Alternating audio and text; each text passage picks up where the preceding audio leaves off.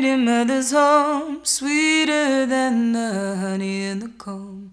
Oh, my pretty mother's home, sweeter than the honey in the comb. Come, love, pretty love, come, come, come. Come, love, pretty love, I want some. Come, love, pretty love, come, love, come. Come, love, pretty love, I want some. We can say that everything that was crafted by Shaker hands, whether it be a building or an individual tool, was created with a real precise sense of intention. Every force evolves a form. What drew me into this field was the idea of a Shaker community really as a total work of art in many ways. The Shakers really designed the landscape, the architecture, the furniture, the tools and domestic objects with a very holistic vision in mind, which was to be visions of heaven on earth.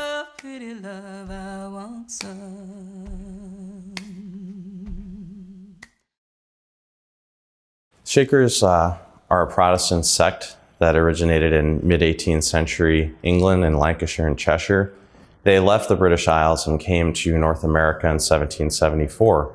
They were led by a charismatic woman who her followers recognized as the female embodiment of the Christ spirit returned to earth. Shakers were celibate, they were pacifists, and following their confession of sins, they organized themselves into intentional religious communities where they held all property in common. Shakerism is a very dualist faith in a way that many marginalized Christian traditions have been since the beginning of Christianity. And they essentially see the world as a fallen place, and they see man as a fallen being. And part of the goal of Shakerism is this reconciliation of the two halves of humanity, the men and women. When the pre-fall state, depending on how you interpret scripture, God, he created them in his image. The Shakers took that to mean that God is a biune being, male and female. And before the fall, Adam and Eve had both of those natures within them. And so part of the salvific mission of the Shakers is to regain that pre-fall state. And that kind of spirituality was also brought to bear on the physical environment that they created. They wanted no superfluities. They wanted simple stuff. And if they had to live in this material world, they wanted to do it with the minimum of fuss, make it purely functional, and in that way show the devotion to the spiritual mission that they were on to really get back to heaven, to restore that pre-fall state. Fall on the rock and be broken. There's a famous Shaker saying, do all your work as you would if you had 1,000 years to live, and as you would if you knew you must die tomorrow.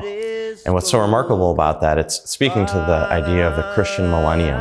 They're already saved, so they can do things to the utmost of their ability, but death isn't a concern to them. And be broken. La, la, la, la, la.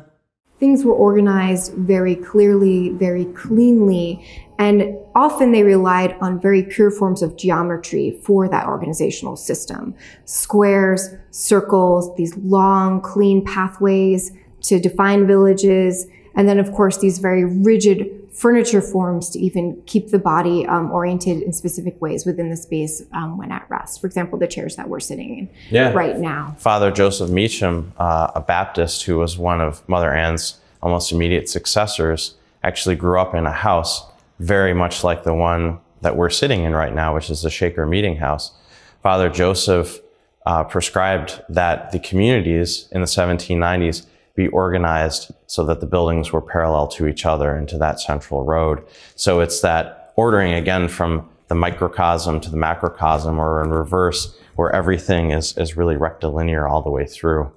Now, Meacham's house he grew up in probably wasn't wide open on the first floor like this one is.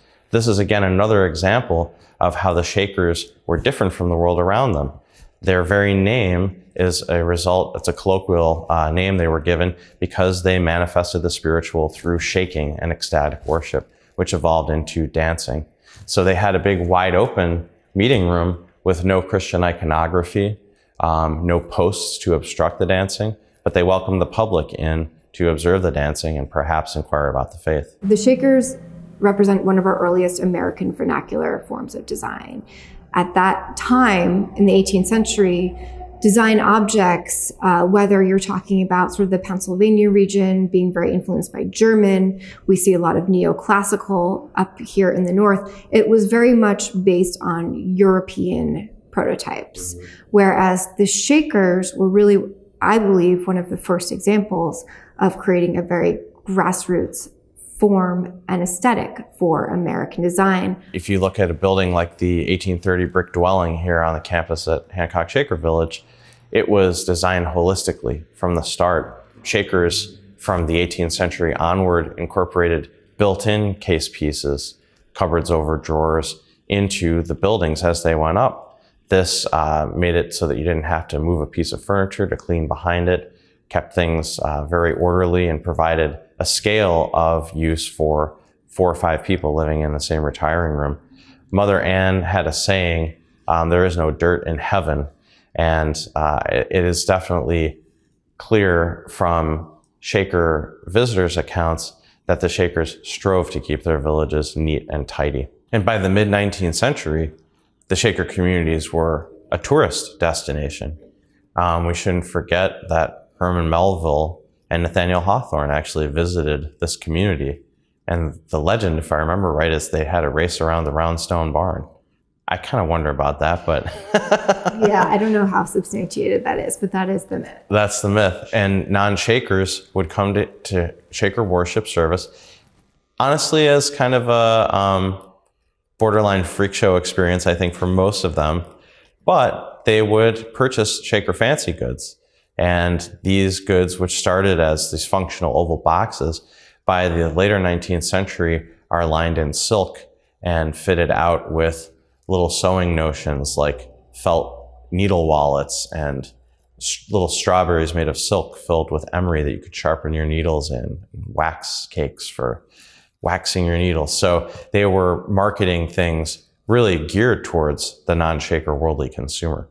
So the oval box, which is of course an iconic Shaker form, although it was not by any means invented exclusively by the Shakers, was begun to be manufactured within communities for community use. So you'd see them in pantries, you'd see them in retiring rooms or bedrooms. Often they were brightly colored and they contained objects and materials for use within communities. Every aspect of Shaker design, whether it be the position and relationship of a structure to landscape or the position and structure of a piece of furniture to another or to the human body, was designed with such a sense of intention and singularity of mission and spirit. Brings to mind the window sash in the brick dwelling. The same with the pin board or peg rail that surrounds us even in this room. It's a Shaker recognition of the need to hang things up.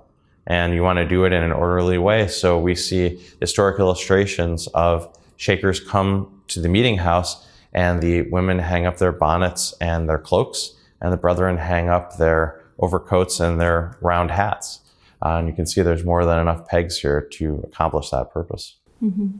Yeah, the peg rail is a great example of a very specific purpose-built form in this space, as you mentioned, for hats and coats. But then we see it in other spaces on campus, for example, the retiring rooms, and even some of the workspaces where it is more ambiguous and almost as if they're creating space for an evolution of purpose or even a spirit of experimentation, which I think also pervades Shaker design as we're looking at it over time. We're sitting at the foot of the Shakers' holy mountain, Mount Sinai, and there's a brook that comes down. The Shakers caught the water from the brook in a large reservoir, and for most of the community's history, there was an undershot wheel here that was used to turn all kinds of woodworking equipment and laundry equipment in a shared gender facility, the laundry and machine shop, that's just to the south of us. By the late 19th century, the Shakers realized they could get a turbine, which would be far more efficient to make these machines work. So they retrofitted everything, and the brothers even installed a special adaptation for the sisters. There's a very small sliding door on a panel board wall in the sisters' laundry that they could open to reach through to turn the water on or off. They're still wanting to keep the sexes separate as much as possible, but certainly want to create an equal work environment. The idea of rerouting entire waterways to facilitate work in these villages, the idea of that is just so astounding. And it not only powered the laundry machine shop, but also was fed to the dye house, where the Shaker sisters would dye bolt upon bolt of textile as well as skeins of yarn, many of which were spun and woven here in the village from the merino wool or flax that was harvested on site. It went underground to the dairy, where there were water-powered butter churns and also cooling areas for the butter and other dairy products to stay fresh. Yeah, and as a design example, it's a perfect example of Shaker adaptation. Every farmer that had cows around here had a dairy barn. The Shakers had a massive herd of dairy cows. And so they sought to have the most efficient way to house them, feed them, milk them, provide a haymow for them, and collect their manure. So the building essentially functions as a machine. In many ways, we could talk about the Shaker Village as a whole as a machine for living, for working, and for worshiping. There were many, many component parts that were built and developed and evolved over the course of the history of this village that helped it come together and become a very productive entity. Farewell, earthly joys. They created worlds for themselves to live and worship in. And as a result, their sense of architecture, their sense of design, which was very much inspired by their community and their beliefs in union as a community, to create this very holistic view that integrated architecture, landscape, and everyday domestic objects and tools. I don't know if that made sense. It did until you did that. Sorry. Whoops. Something that is permanent, the world cannot destroy.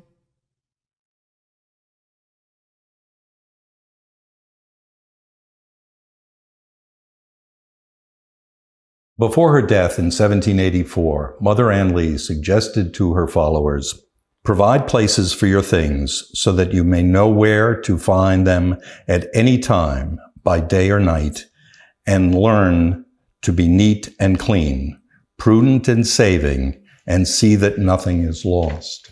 The building that we're talking in at the moment is a dwelling house in Hancock, Massachusetts, that from its granite foundation to its bell tower was designed and crafted to house 100 Shakers. The unique quality of the building is that it provided most of the furniture necessary for the Shakers to occupy the building and use the building. Part of the original design and structure of the building incorporated, and I list, 100 large doors, 245 cupboard doors, 369 drawers, and all were stained a bright orange. Therefore, the building, before its occupation, was in a position to house 100 Shakers, and the only additional requirement was the addition of beds, tables, and chairs. The Shakers, before they began to construct the dwelling house, envisioned its use, and therein constructed elements that would provide much of the function of normal furniture. This had the benefit of allowing for greater spatial access, the necessity to keep things as they often wished, clean, dust-free, and the abundance of storage allowed an atmosphere of simplicity and purity. The only things necessary to finish the building, other than to bring the Shakers in, were the beds that they needed to sleep in, the tables they needed to eat at, and the chairs they needed to sit on. Any other furniture that was added to the building would be added as need determined.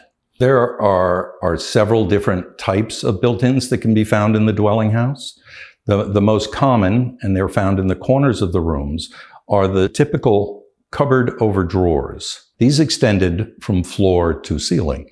Hancock, in this building, really exemplified the highest quality of built-in furniture. First off, it was not made of a soft wood.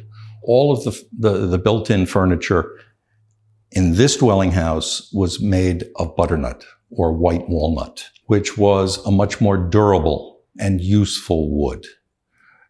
Every joint in every door mimics another. There is a standardization of construction detail in this building that is followed from basement to storage compartments in the attic.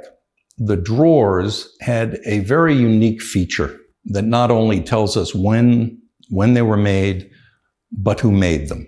There's a unique feature that was employed by two craftsmen here at Hancock by the names of Abner Allen and Grove Wright. And these fine cabinet makers had a signature construction detail on the drawers that adorned all of the built-in case pieces. And that is that the sides of the drawers tapered from top to bottom, so that basically the interior well of the drawer was a trapezoid and not a rectangle. In the dining room, there are two built-ins at either end of the room, one on the brethren's side, one on the sister's side. These double doors open to what the Shakers called sliding cupboards. These, in fact, were what we would call dumbwaiters and were connected to the kitchen, which sat directly beneath the dining area. These sliding cupboards facilitated the movement of food, of dishes, of silver, all of the necessary materials that the Shakers needed several times a day for their meals, for setup and for cleanup. When not in use, doors concealed them, and they were not part of any of the known footprint of the room.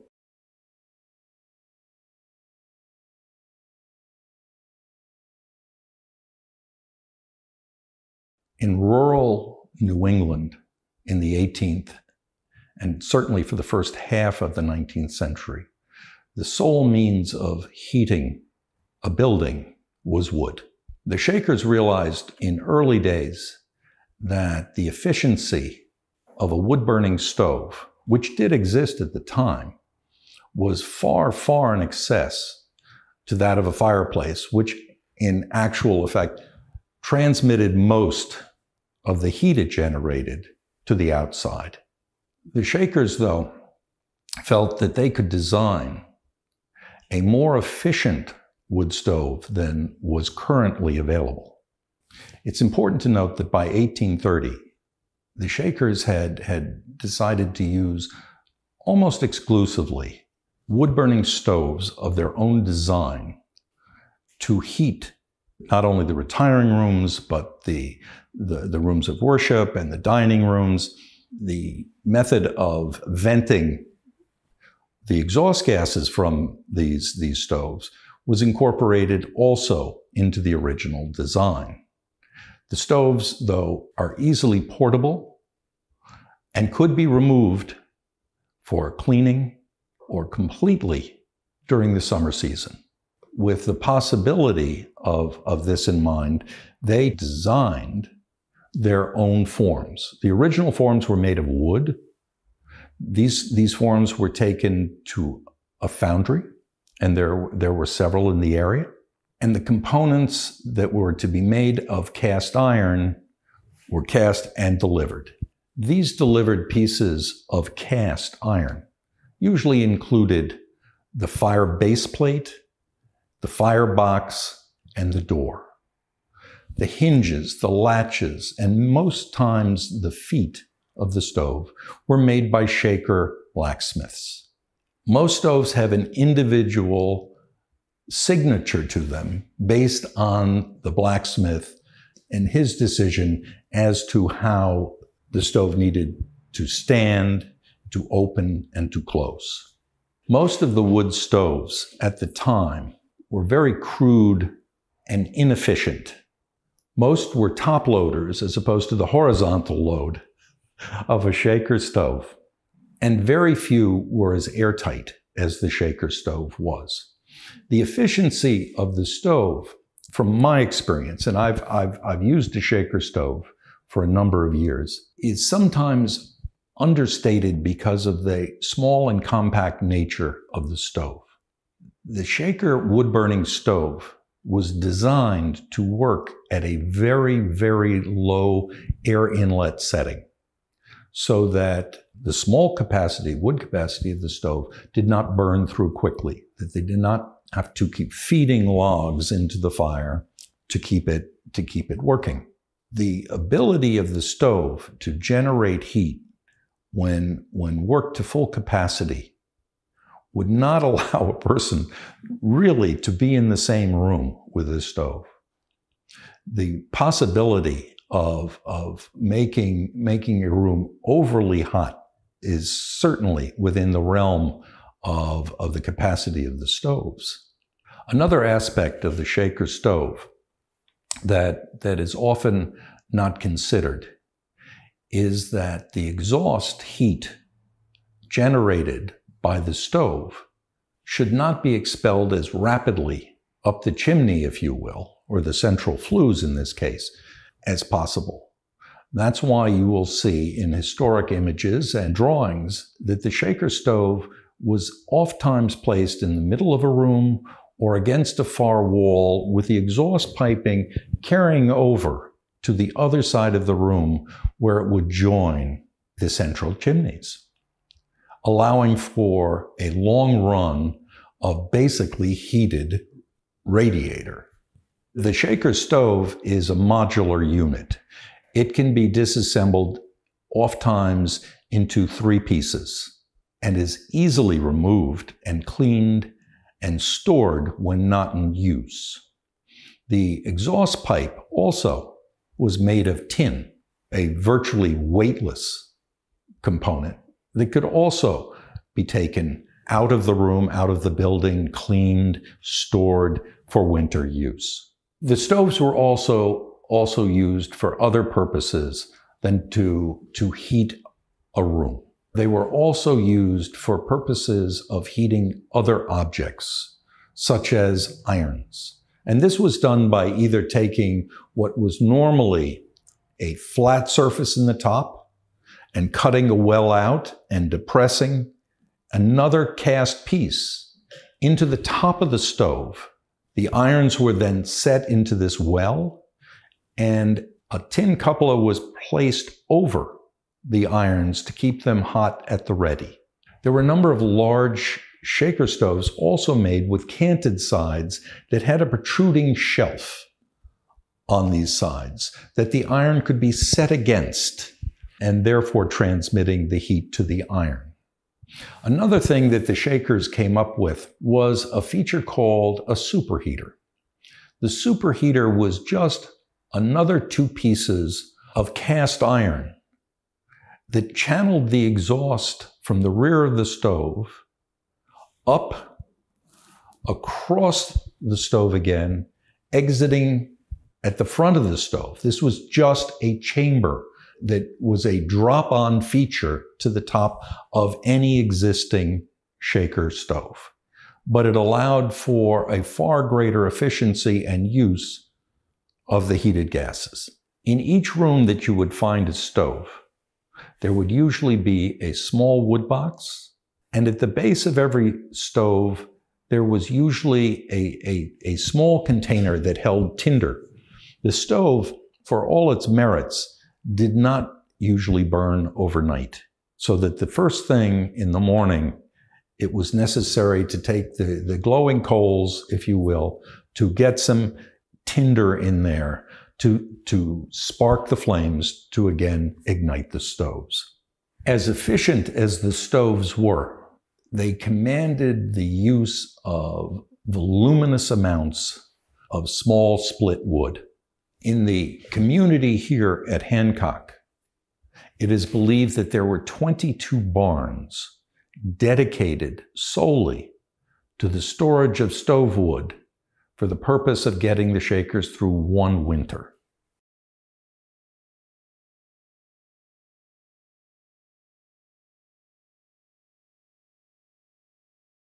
The standard form of container used to hold dry goods in the 18th and 19th century was a pantry box. The Shakers did not invent the oval box. What they did was refine it to a level that it was more successful and repeatable. The Shakers decided on the oval form because they felt that the interior and exterior were more adaptable to containing different things and being stored in different ways. The Shakers looked at the pantry box and saw that in its construction, it had flaws. The flaw usually had to do with the way that the overlapping sides of the box were joined. The rims, the Shakers called the sides the rim, had a propensity to buckle and crack over time. This occurred because there is a normal organic response to seasonal conditions that wood goes through. The Shakers developed a unique form of lapping or overlapping one part of the bent wood body of the box to the other. These swallowtails, the Shakers called them swallowtails, most people today call them fingers, were secured to the box in a manner spaced as this to allow for this seasonal expansion and contraction of the wood.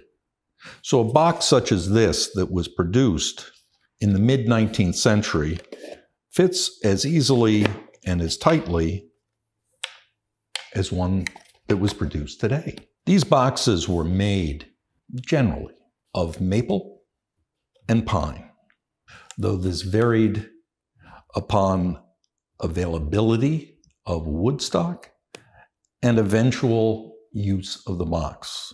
There are examples with cherry bodies. There are examples of mahogany bodies.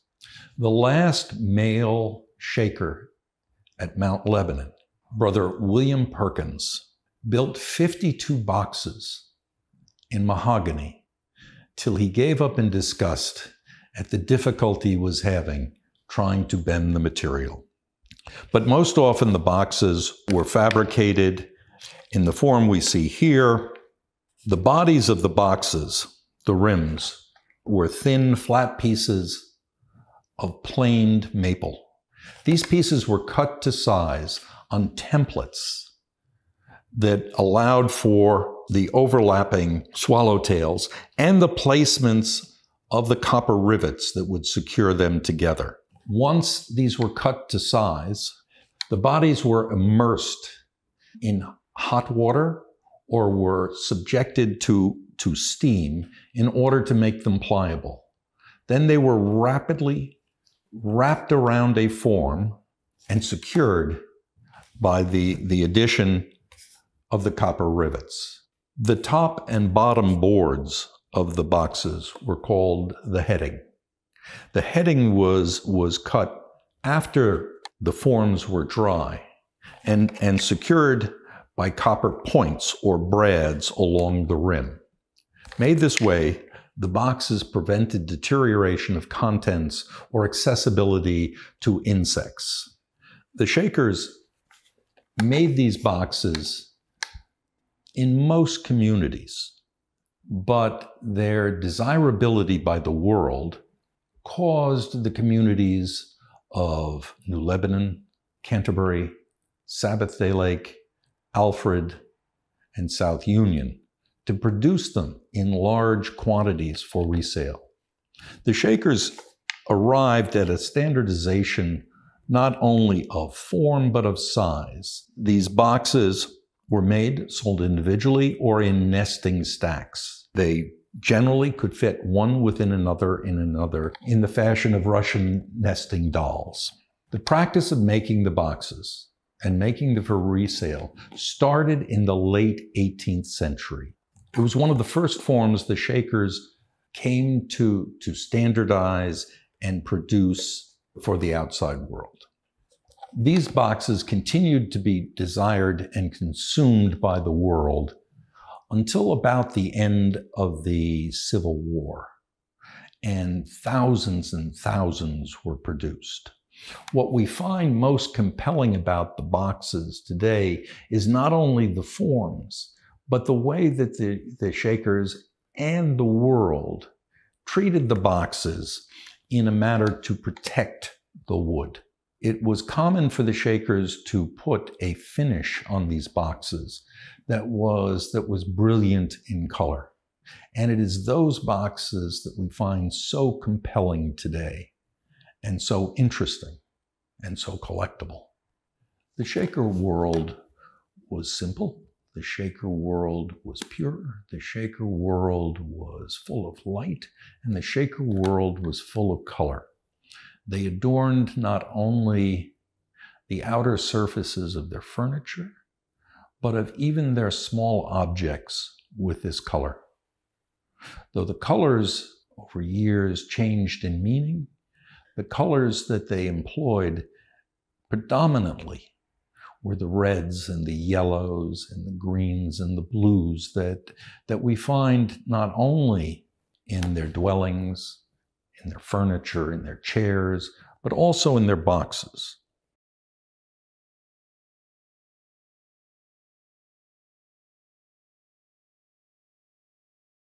There are many quotes that are attributed to the Shakers that in some ways define their mindset and their personalities. But in 1984, Sister Mildred Barker told Ken Burns, who was in the process of making his documentary, The Shakers, that she did not want to be remembered as a chair. It was at a time that there was a great amount of interest in Shaker material. And as such, the chairs were of prime interest to collectors. And as such, she was afraid that the Shaker heritage, the Shaker message, the Shaker experience was going to be distilled down to an object of seating. In fact, the Shakers lent their ingenuity to the world of seating furniture as they did to every other aspect of their life. Their seating was exemplary. Their distillation of the needs of this form of furniture was chronicled from the latter part of the 18th century. There was a respect for their chairs dating back to original times. The Shakers first emulated, in some ways, the rural, traditional ladder-back chair. This manifested itself in their earliest forms that corresponded quite directly to colonial furniture at the time. The Shakers, though, spurned adornment and refined a chair to its essence, they believed. The Shaker ladderback chair was not a unique rural form of seating. What it was the refinement of what existed at that time. Every piece of furniture that the Shakers made was made with a purpose in mind. But this purpose was specific. It was not just to sit and work. It was made for you to sit at a specific place to do a specific task. We see great variety in the overall appearance and size and graduation of Shaker chairs because they weren't made in general for everyone to use. They were made for each specific person, for each specific body, for each specific task. There were chairs that had seat heights as low as 12 inches. And they weren't necessarily made for somebody that had, 12-inch legs. No, they were made for people who were performing tasks that required normally that they bend over to do certain things. This allowed a person to sit very near the ground and to manipulate what they needed to do. Generally, we feel it was the sorting of apples. Therefore, these little chairs we call apple sorting chairs. There were chairs that were made for the specific use of dining. They replaced the long benches that sat astride the communal dining tables in Shaker dining rooms. These chairs were specifically designed for the purpose of just dining, and when not in use, the tops of the chairs were at a height that allowed them to be pushed under the dining table, which allowed for an easy setup or cleanup of a meal. My first experience with a piece of Shaker furniture was with a Shaker chair. And what intrigued me about the chair was that this ladderback chair had a special Shaker innovation fitted to the ends of the rear posts at the very bottom. And this was a simple little swiveling device, something they called a tilting button. And what it allowed the chair to do is to stay firmly planted on the floor when one rocked back on the chair. The reason for these buttons were that chairs were made of a hardwood. Floors were simple pine. Every time someone relaxed back on a chair, serious depressions were made in floors. And over a period of time, you had a sort of a cobbled floor, and those depressions could not be taken out. The quality of the Shaker chair was not lost on those outside of the Shaker communities. Over the early part of the 19th century, there was demand for these chairs, which the Shakers satisfied. In the third quarter of the 19th century, the Shakers began to market their wares, if you will, these chairs, and developed a standardized form of chair, very much like they did for themselves, in graduated sizes, allowing from a very, very small chair that would fit an infant to a very large chair that would fit a grown man. And in total, there were 8 sizes. There was a size for every possible body that would require one. And they produced chairs of a similar form by allowing for a standardized, interchangeable componentry. Rocking chair is just an armchair fitted with a blade, if you will. It all was interchangeable. There were significant differences between the chairs that the Shakers made for themselves and the later chairs that they produced by incorporating less handwork and more mass production. When the Shakers made a chair for themselves, they turned 2 posts at a time.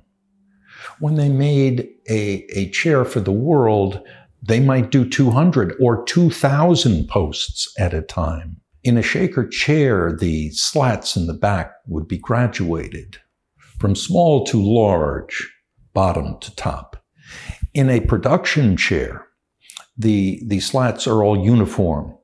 There is no difference in the size or the arch from bottom to top. The componentry was interchangeable and could be assembled quickly and efficiently. The success that the Shakers had with their mass-produced chairs was, though deserved, a far cry from what they produced for their own use.